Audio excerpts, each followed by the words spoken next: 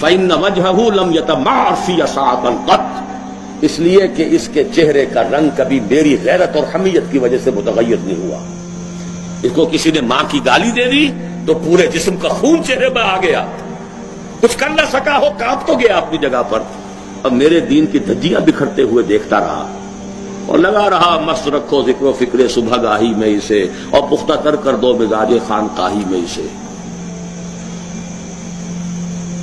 انہی مسائل میں الجھاؤ۔ سورہ فاتحہ سے پہلے بسم اللہ بھی پڑھنی چاہیے، جہری طور پر کہ نہیں پڑھنی چاہیے۔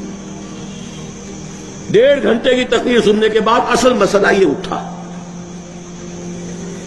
بیڑا یوں ہی تو غرق نہیں ہو گیا ہے۔ جس نے کہا تھا کیا اسے معلوم نہیں اختلافی مسئلہ ہے؟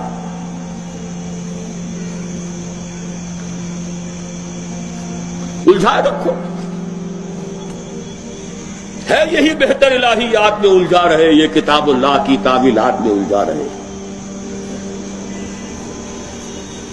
چوتھی چیز، اگر یہ ایمان باللہ حقیقی پیدا ہو جائے گا تو توکل صرف اللہ پر، اسباب پر نہیں، وسائل پر نہیں۔ تفویض الامر الی اللہ وافوض امری الی اللہ ان اللہ بصیر بالعباد، اور راضی برضائے رب۔ اے اللہ میں نے اپنی جان کھپا دی، ابھی تیری مشیت میں نہیں ہے کوئی نتیجہ نکلنا، میں راضی ہوں۔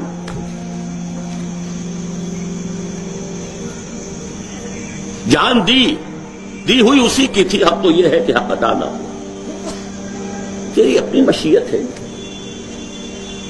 اس کی بے نیازی کا عالم یہ ہے کہ جلیل القدر نبی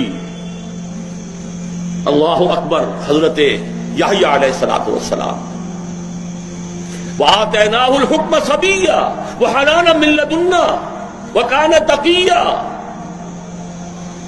اور ایک رقاصہ کی فرمائش پر گردن اڑا کر تخت میں رکھ کر سر پیش کر دیا، نہ آسمان پھٹا نہ زمین شق ہوئی۔ اس کی بے نیازی ہے۔ اب کون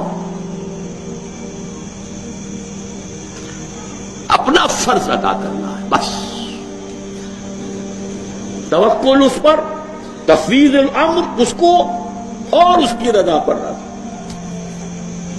ہم بھی تسلیم کی خون ڈالیں گے، بے نیازی تیری عادت ہی صحیح۔ 4 چیزیں ہوں گی تو یہ جہاد فی سبیل اللہ ہوگا، اور ابھی صرف ایمان باللہ کی بات ہوئی۔ اس کے بغیر کود جاؤ میدان میں، رام بھلی کرے گا۔